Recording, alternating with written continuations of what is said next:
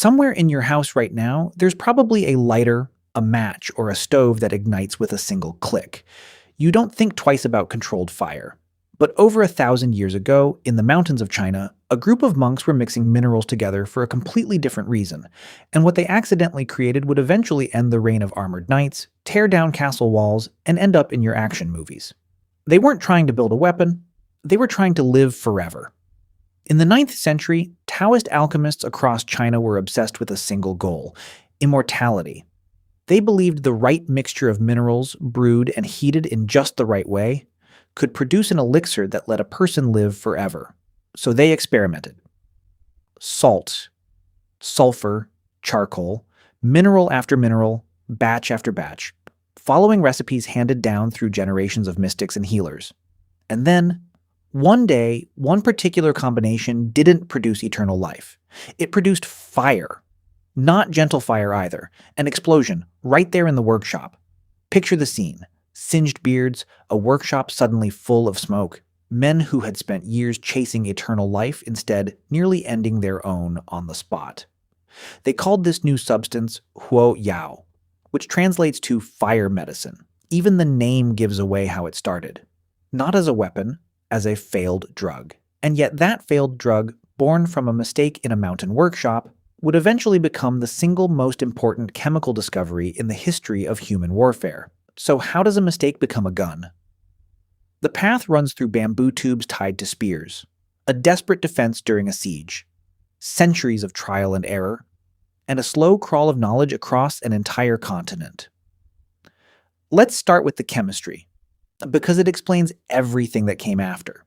That original mixture combined potassium nitrate, known as saltpeter, with charcoal and sulfur in a rough ratio of about 75% saltpeter to 15% charcoal to 10% sulfur. Saltpeter is what chemists call an oxidizer. When heated, it releases oxygen almost instantly, feeding a burn so fast it barely resembles fire at all. It resembles an explosion. That sudden burst of expanding gas is the whole secret. Every gun, every cannon, every firework that has ever existed runs on that same basic idea. Trap a fast-burning reaction in a small space, and the gas has to go somewhere. For a long time, it didn't go toward anyone. Gunpowder's first uses had nothing to do with combat. It lit up festivals. It powered smoke signals. It gave temples and celebrations bursts of noise and color. For generations, ordinary people in China knew this substance as entertainment, not danger. That began to change once military commanders got a look at it. Between the 10th and 12th centuries, Chinese engineers built something called the fire lance. The design could not have been simpler. Take a spear, strap a bamboo tube to the end, pack the tube with gunpowder, light it in close combat. What came out was fire and burning debris, aimed directly at whoever was standing in front of you. During the siege of a Chinese city in 1132, defenders used fire lances against attackers scaling their walls. And it worked. Soldiers trained their whole lives to fight with blades and spears. None of them had trained to face an opponent who could throw fire. Once gunpowder proved itself in real combat, the improvements came fast, and each one was really just solving the problem created by the last one. Someone realized you could pack pottery shards and pellets into the bamboo tube along with the gunpowder, so instead of just spraying flame, the weapon now flung projectiles outward with real force. That single idea, launching a solid object using expanding gas, is the foundation every firearm since has been built on. But bamboo had a limit. Stronger gunpowder charges meant more pressure, and bamboo tubes started splitting apart in the hands of the very soldiers using them. Once Chinese craftsmen figured out how to cast bronze tubes strong enough to contain that pressure, the hand cannon was born. By the 13th century, metal-barreled hand cannons were standard equipment in China, a massive leap in both range and reliability compared to a burning stick of bamboo. Around this same time, Chinese engineers scaled the same idea up into massive siege weapons with names that sound almost cartoonish today, like the thunderclap bomb, capable of collapsing fortifications that had stood firm for years. Then the Mongols invaded.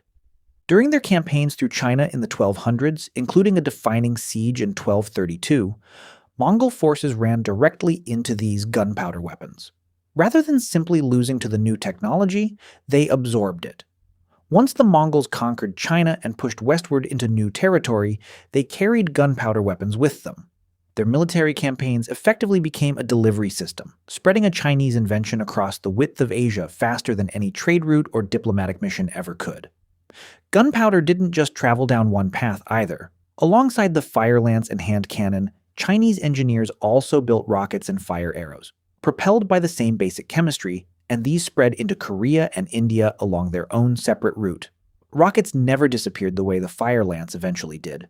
They resurfaced centuries later on European battlefields. And much later than that, in the earliest rocket engines that eventually left the atmosphere entirely. One accidental discovery, two completely different futures. From Mongol territory, gunpowder technology kept moving west, reaching the Islamic world and eventually Europe through trade, conquest, and centuries of cross-cultural contact. And gunpowder wasn't traveling alone. Paper, printing, and the magnetic compass moved along many of the same routes during roughly the same stretch of centuries, part of one enormous wave of knowledge flowing from east to west, long before anyone used a word like globalization to describe it. When gunpowder weapons reached Europe in the late 13th century, they landed in a world built entirely around castles and armored knights, a world they would spend the next few centuries quietly dismantling. The change wasn't instant. Early European hand cannons were crude copies of the Chinese design, slow to load and nearly impossible to aim with any real accuracy. You packed powder and shot into an open tube, touched a burning ember to a small hole, and hoped for the best. But even in that primitive form, it changed everything.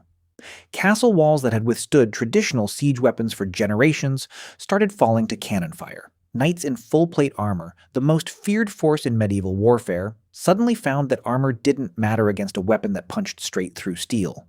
That shift reached far beyond the battlefield. As cannons grew more powerful, the tall, thin castle walls built to stop scaling attackers and arrows became useless almost overnight. Military engineers responded with the Star Fort, low, angled, thickly reinforced structures built specifically to absorb and deflect cannon fire. The medieval castle, a shape that had defined the European landscape for centuries, quietly disappeared, replaced by something that looked almost nothing like it. The next real leap came in the late 15th century with the Matchlock. The problem with early hand cannons was that firing one took two hands and near-perfect timing, one hand to hold the weapon steady, the other to touch a burning cord to the powder at exactly the right moment, all while trying to aim at a target that wasn't standing still. The Matchlock solved this by attaching that burning cord to a curved clamp built into the weapon itself. Pull the trigger, and the cord lowered automatically into the priming powder. For the first time, a soldier could actually aim a firearm with both hands, right up until the moment it fired. Matchlocks spread quickly across Spain, France, and the Holy Roman Empire, and just as quickly moved further east.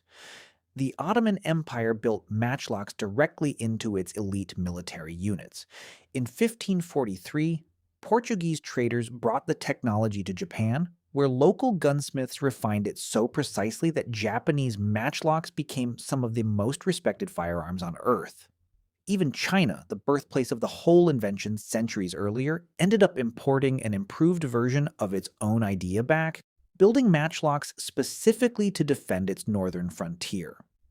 A weapon born from a failed immortality potion had traveled the entire world and come home again, improved beyond recognition.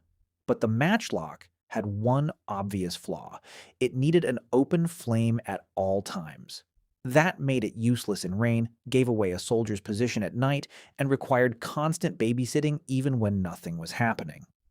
The wheel lock, invented in the early 16th century, solved part of this problem with a spring-loaded wheel that spun against a piece of flint to throw sparks, no burning cord required. Cavalry loved it, since they could now carry a loaded weapon on horseback without tending an open flame. But wheel locks were expensive and complicated to build, so ordinary infantry kept using the cheaper matchlock for another century. The real breakthrough was the Flintlock, developed around 1610 by a French gunsmith. A spring-loaded hammer struck a piece of flint against a steel plate, throwing sparks directly into the priming pan, faster than a matchlock, far more reliable in bad weather. No open flame needed at all.